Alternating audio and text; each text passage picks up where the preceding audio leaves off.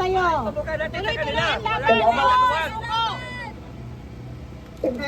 Hindi ako atras. Laban na ito. Wala na ito atrasan. Para sa bayan. Ayusin natin ang Pilipinas. Para sa bayan ito. Senator, may mensahe po ba kayo para kay Bongbong Marcos? Para kay Bongbong Marcos. Ipatulong natin yan. Malapit na.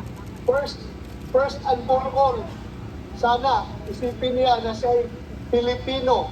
Presidente siya ng sambayan ng Pilipino. Sana alagaan niya lahat ng Pilipino.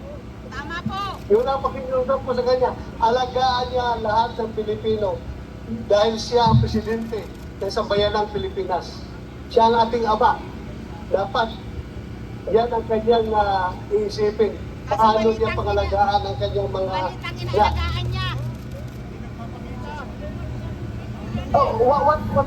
whatever, kahit na alam natin na plano nila yan lahat, still, I am reminding him of his role as the president of this nation.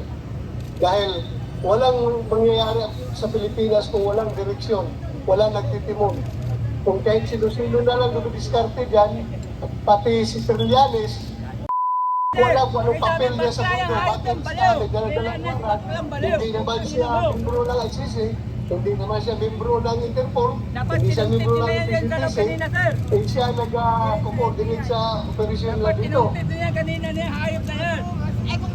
Senator, ano po ang balak at ano ang nila-expect ng taong na mangyayari bukas dito sa Senado?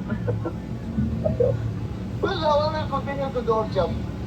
Kung darating yung articles of impeachment, then titingnan natin. Andito kami para magtrabaho. We will be sitting as senator judges.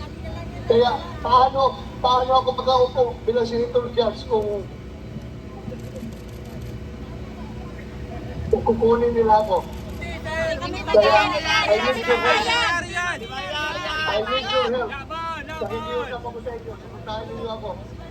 Tama na ang pambababoy. Nandito lang daw po silang lahat susuporta.